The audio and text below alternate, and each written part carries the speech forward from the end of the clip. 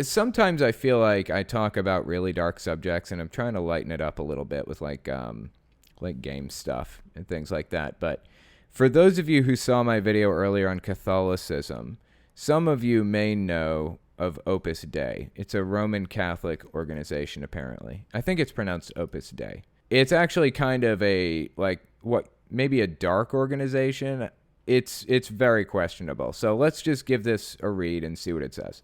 Opus Dei in the full prelature of the Holy Cross, and Opus Dei, Roman Catholic lay and clerical organization whose members seek personal Christian perfection and strive to implement Christian ideals and values in their occupations and in society as a whole. Theologically conservative, Opus Dei accepts the teaching authority of the Church without question and has long been the subject of controversy. It has been accused of secrecy, cult-like practices, and political ambitions. So I'm just going to read a couple of sections here. History and organization. Opus Dei was founded in 1928 in Spain by Saint Jose Maria Wait a minute. I got to get this name right. Saint Jose Maria Escriva de Balaguer y Albas, canonized in 2002. A priest trained in law, believing that daily life can be sanctifying.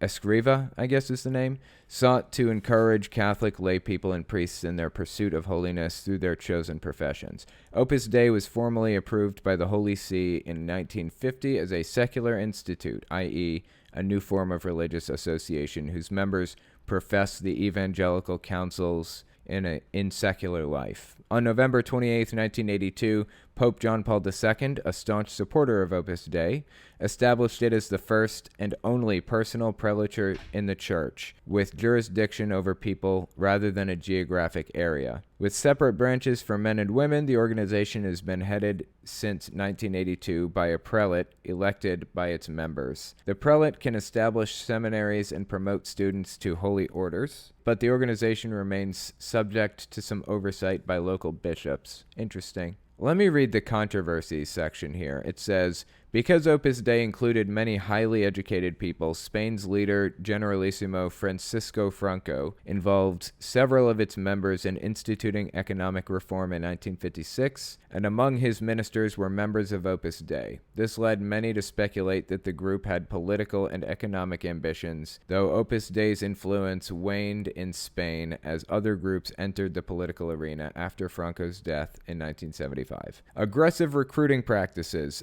the brainwashing of new recruits, and the isolation of members from their families are among the charges often leveled against the organization. Membership is usually kept secret, which has fueled allegations that the group operates as a cult or elite secret society.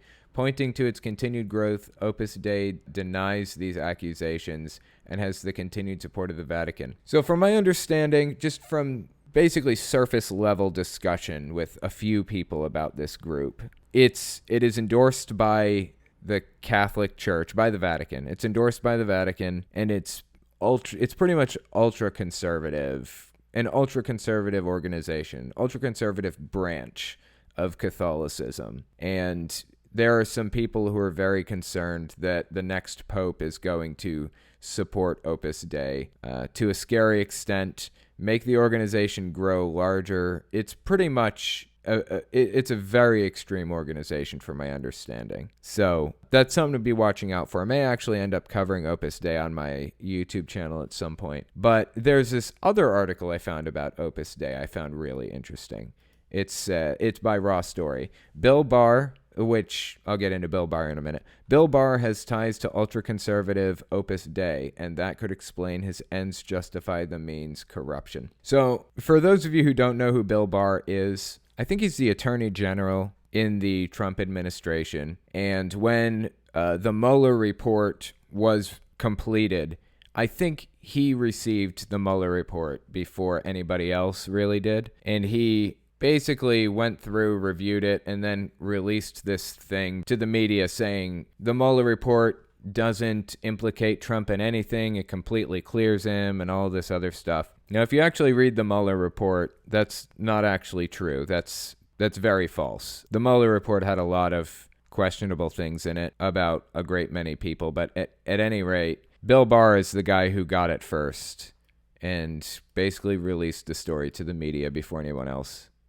got a chance to see the report. So it says, in an extensive post at the Daily Kos, contributor Frank Coccazelli connects the dots between Attorney General Bill Barr's previous work with the ultra-conservative Catholic organization Opus Dei and his recent behavior, and suggests that relationship might have influenced his decision to give President Donald Trump a pass after reviewing a highly critical report from special counsel Robert Mueller. According to the writer, and as noted by Barr's own answers to a congressional questionnaire, Barr served as the director of the Catholic Information Center from 2014 to 2017, I guess, and director of the Ethics and Public Policy Center 2004 to 2009.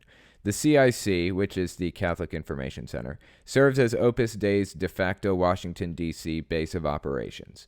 Its staff and board of directors are stocked with members of the personal prelature's members, as well as members of the Ethics and Public Policy Center, Coccazelli wrote before adding, "It's hard to imagine any director of CIC not having some sort of developed relationship with Opus Dei." Really fascinating. This relationship may help explain his apparent ends justify the means strategy the writer offered, accompanied small sampling of the workings of Opus Dei. I'm not really sure that I buy the link between the two yet.